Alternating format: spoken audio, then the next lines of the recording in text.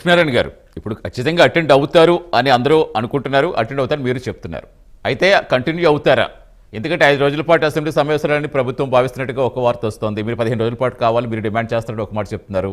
అంటే ఏంటి, అన్ని సమస్యలు ఏమైతే అవకాశం ఉందా? ఒక నేల పంచాయతీయే కాకుండా, ఎందుకంటే వాళ్ళు బీఆర్ఎస్ ఇరుకుని పెట్టేందుకు ఫోన్ ట్యాపింగ్, పవన్ల ఈ రేస్ కానీ, కాళేశ్వరం కేసులు కానీ వీటి మీద వాళ్ళు రెడీగా ఉన్నారని చెప్తున్నారు. ఇప్పటికే హీల్డ్ పాలసీ మీద 5 లక్షల కుంభకోట్ల వంటి ఇటు మీరు చెప్తున్నారు, బీజేపీ కూడా పోరాటం చేస్తోంది. జీహెచ్ఎంసీ విస్తరణ ఒకటి ప్రస్తుతం హాట్గా ఉంది. సో చాలా అంశాలే కనిపిస్తున్నాయి. నేనేమంటున్నానంటే ఇందాక లక్ష్మణ్ గారు చెప్పినట్టు అసెంబ్లీ అనేది ప్రజా సమస్యలపైన చర్చించడానికి ఒక వేదిక. ఆ వేదికలో ఈరోజు తెలంగాణలో జరుగుతున్నటువంటి అన్యాయాన్ని, తెలంగాణ ప్రజలకు జరుగుతున్నటువంటి ఇబ్బందులను ఎండగట్టడానికి సమయం కావాలని చెప్పి మరి ప్రతి ఒక్క అంశాన్ని పరిశీలించాలి, ప్రతి ఒక్క అంశాన్ని కూడా చర్చించాలనేటువంటి ఉద్దేశంతో అసెంబ్లీని ఎక్స్టెండ్ చేయాలి, 15 రోజులు నిర్వహించాలని చెప్పి బీఆర్ఎస్ పార్టీ అడుగుతున్నది. అయితే ఖచ్చితంగా కేసీఆర్ గారు అసెంబ్లీలో ప్రతి ఒక్క అంశాన్ని చర్చిస్తారు, ప్రతి ఒక్క అంశంలో ప్రభుత్వం యొక్క వైఫల్యాన్ని ఎండగట్టడానికి సిద్ధంగా ఉన్నారు. ఇప్పుడు వాళ్ళు 2 సంవత్సరాలు అయింది, ఏం చేసిరు, ఇన్ని రోజులు ఎక్కడ పోయారు, ఇన్ని రోజుల నుంచి ఎందుకు రాలేదు, ఇన్ని రోజుల నుంచి ఎందుకు మాట్లాడలేదు అని మాట్లాడుతున్నారు కదా. ముందు నుంచి ప్రశ్నిద్దామని అంటే మేము నిన్నమననే వచ్చినాము, మొత్తం తెలంగాణ మా అధికారం వచ్చిందే నిన్నమన్న కదా అని చెప్పి వాళ్ళు మాట్లాడుతుంటే కదా, వాళ్ళకి ఎనఫ్ టైం అనేది ఇచ్చిరు. దాదాపు 2 సంవత్సరాల విలువైనటువంటి సమయాన్ని ఇచ్చిరు. విలువైనటువంటి సమయంలో వాళ్ళని వాళ్ళు ప్రూవ్ చేసుకోలేకపోయారు. అంటే వాళ్ళు ఏదైతే ఉద్దేశంతో ఏదైతే హామీలు ఇచ్చిరో, ఏదైతే ఆలోచనతోటి తెలంగాణలో ప్రభుత్వాన్ని ఏర్పాటు చేసిరో దాంట్లో పూర్తిగా విఫలమయ్యారు. తెలంగాణ అనేది పూర్తిగా కిందికి పడిపోతున్నటువంటి పరిస్థితులలో ఈ తెలంగాణ, ఎందుకంటే తెలంగాణ సాధించిన వ్యక్తి కాబట్టి తట్టుకోలేక, అంటే తెలంగాణ ప్రజలను కాపాడాల్సిన బాధ్యత మన మీద ఉంది అని చెప్పి వాళ్ళు ఈరోజు ప్రభుత్వాన్ని నిలదీయనికే వస్తున్నారు, మాట్లాడతారు ఖచ్చితంగా. ఏమంటున్నా అంటే వీళ్ళు పాలమూరు రంగారెడ్డి ప్రాజెక్టు గురించి మాట్లాడిన అన్న కాంగ్రెస్ నాయకులు, అదేవిధంగా పక్క బీజేపీ నాయకులు మాట్లాడారు. పాలమూరు రంగారెడ్డి ప్రాజెక్ట్ అనేది తెలంగాణ ఏర్పాటైన తర్వాత మొదలైన ప్రాజెక్ట్ ఏం కాదు. గతంలో ఎప్పుడో 1970 ఆ ప్రాంతంలో దానికి అంకురార్పణ జరిగినటువంటి సందర్భంలో తెలంగాణ మీద వివక్షతోటి దానికి గాలి కొదిలేస్తే కేసీఆర్ గారు అంటే ప్రధానంగా కాదు నారాయణ గారు, ఇక్కడ నీళ్లు నిధులు నియామకాలు అనే కాన్సెప్ట్ తోటి వచ్చినప్పుడు 10 ఏళ్ల పాటు మీరు అధికారులు ఉన్నప్పుడు ఒక కాళేశ్వరం మీద అంత పెట్టుబడి ఎందుకు పెట్టారు, మీకు ఇవి అప్పుడు కనిపించలేదా, ఇప్పుడు ఎందుకు గుర్తుకొచ్చాయని అడుగుతున్నారు వాళ్ళు. నేను ఒక చిన్న ఎగ్జాంపుల్ చెప్తా. ఈ తెలంగాణలో కాంగ్రెస్ అదే విధంగా టీడీపీ నాయకులు కలిసి 60 సంవత్సరాలు పరిపాలన చేసింది, అంటే ఉమ్మడి ఆంధ్రప్రదేశ్ అనుకోండి మీరు. మరి 2000 మీకు ఒక చిన్న ఎగ్జాంపుల్ చెప్తా. 2011లో 11 లక్షల టన్నుల ధాన్యాన్ని సేకరించింది ప్రభుత్వం, అధికారిక లెక్కలు చెప్తున్నా నేను. మరి అలా 70 లక్షల టన్నుల ధాన్యాన్ని ఈ రోజు సేకరించింది. అంటే ఈ ఉత్పత్తి ఎట్లా పెరిగింది? మరి ఆ రోజు వీలు కట్టిన ప్రాజెక్టులే ఉన్నాయి, ఇవాళ వీలు కట్టిన ప్రాజెక్టులే ఉన్నాయి అన్నారు కదా. కొత్త ప్రాజెక్టులు లేనప్పుడు మరి ధాన్యం ఉత్పత్తి ఎట్లా పెరిగింది, ఏ రకంగా పెరిగింది? ధాన్యం ఉత్పత్తి ఏ రకంగా పెరిగింది అంటే తెలంగాణలో గడిచినటువంటి 10 సంవత్సరాలలో నీళ్లు అనేది ఆయకట్టుకు నీళ్లు ఇవ్వడం ద్వారా, కాళేశ్వరం ప్రాజెక్టు అదే విధంగా మిగతా ప్రాజెక్టుల ద్వారా నీళ్లు ఇవ్వడం వల్ల ఈ రోజు ధాన్యం ఉత్పత్తి అనేది పెరిగింది అనేది స్పష్టంగా కనిపిస్తుంది. ఇది నేను చెప్తున్నది కాదు, అధికారిక లెక్కలు వాళ్ళ దగ్గరనే, ప్రభుత్వం దగ్గరనే ఉన్నటువంటి లెక్కలు. వీళ్ళు ఎంతసేపు ఉన్నా కానీ అబద్ధ ప్రచారాలు చెప్పి, అబద్ధపు మాటలు చెప్పి వీళ్ళకి బాగా అలవాటు అయిపోయింది. వీళ్ళ యొక్క అబద్ధాలు అనేది వీళ్ళకు బాగా అలవాటు అయిపోయి వీళ్ళు మాట్లాడుతున్నారు తప్ప ఇంకొకటి ఏమీ లేదు. ఈరోజు పోతిరెడ్డిపాడు గురించి మాట్లాడుతున్నారు.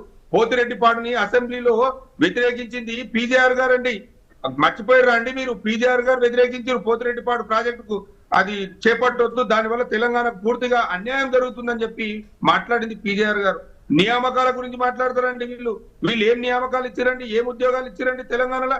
గతంలో ఏదైతే స్క్రూటినీ చేసి, ఏదైతే రూట్ మ్యాప్ సిద్ధం చేసి తెలంగాణలో ఏవైతే ఉద్యోగాలు ఇవ్వాలనేటువంటి అంశంతో కేసీఆర్ గారు ముందుకు పోయిరో ఆ అంశంతో వీళ్ళు వాటికి, అంటే మేము కేసీఆర్ గారు తయారు చేసినటువంటి ఉద్యోగాలను వీళ్ళు కాగితాలు ఇచ్చిగో మేము ఇచ్చినామని చెప్పి చూపించుకున్నటువంటి పరిస్థితి రోజు తెలంగాణ మొత్తం చూస్తా ఉన్నది. ఇలా గ్రూప్ 1 ఉద్యోగస్తుల పరిస్థితి ఏమున్నది, గ్రూప్ 2 ఉద్యోగస్తుల పరిస్థితి ఏమున్నది? వీళ్ళు నిజంగానే ఉద్యోగాలు ఇస్తే ఇవాళ దిల్సుఖ్ నగర్ చౌరస్తాకో లేకుంటే అశోక్ నగర్ చౌరస్తాకో పోదాం పదుర్రి, మేము వస్తాము మీరు రారి, ఎవరు ఏం చేసిరు అనేది తెలుస్తుంది, ఎవరు ఎన్ని ఉద్యోగాలు ఇచ్చిరు అనేది కూడా తెలుస్తుంది.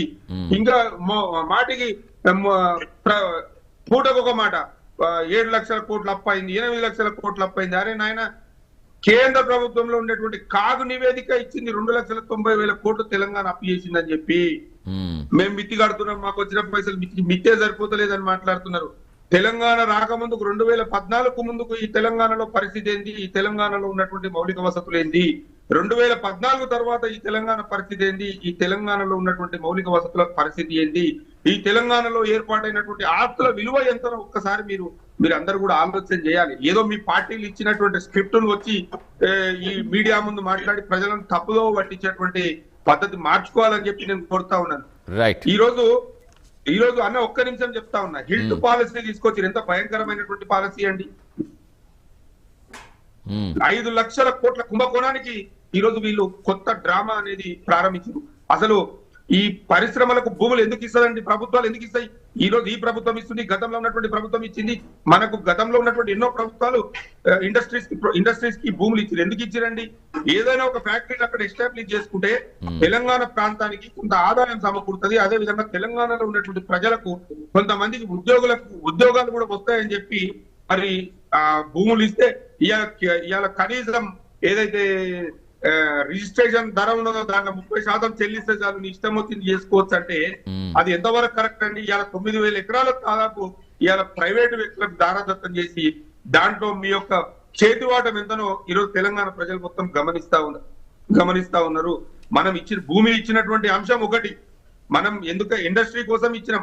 ఒకవేళ వాళ్ళు ఇండస్ట్రీని నడుపుకోలేకపోతే ఆ భూమిని వాపసు తీసుకొని ప్రభుత్వ అవసరాల కోసము ప్రజల అవసరాల కోసం వినియోగించుకోవాలి తప్ప వాళ్లకు డబ్బులు కట్టించుకొని రెగ్యులరైజ్ చేసి వాళ్ళ ఇష్టానుసారంగా వాళ్ళను వినియోగించుకునే విధంగా వీళ్ళు జీవోలు తీసుకురావడం అనేది ఎంత దారుణమైన పరిస్థితి. భారతదేశంలో ఎక్కడన్నా ఈ పరిస్థితి ఉందా? ఇవాళ ఒక్కసారి మీరు ఆలోచన చేయాలి. నడుస్తుందంటే ఇవాళ తెలంగాణ రాష్ట్రంలో ఏం నడుస్తుందంటే దోచుకో, దాచుకో, పారిపో, ఈ 3 అంశాల మీదనే పరిపాలన నడుస్తున్నది. ఇంకొక కొత్త అంశం లేదు. 2 సంవత్సరాల నుంచి వీళ్ళు చేపట్టిన ఒక్క ప్రాజెక్ట్ ఏదైనా ఉందా అండి? గతంలో చేసినటువంటి పనులకు ఏవైతున్నాయో దాంట్లోకే వీళ్ళు టెంకాయలు కొడుతున్నారు, దాంట్లోకి ప్రారంభోత్సవాలు చేస్తున్నారు తప్ప వీళ్లకు ప్రభుత్వానికి ప్రజల మీద చిత్తశుద్ధి లేదు, ప్రజల సంక్షేమం మీద చిత్తశుద్ధి లేదు, ప్రజలను కాపాడాలి, ప్రజలను అభివృద్ధి చేయాలన్నటువంటి అంశంలో వీళ్ళు పూర్తిగా విఫలమైనరు. అందుకని స్థానిక సంస్థల ఎన్నికల వీళ్లకు 50% పరిమితం చేసిరు ఈ రోజు తెలంగాణ ప్రజలని చెప్పి మీ ద్వారా తెలియజేస్తా ఉన్నారు. జితేంద్ర గారు, ఒకటండి, ఇప్పుడు నీళ్ల విషయం సోదరుడు చెప్పిండు. ఈ నీళ్ళు అనేది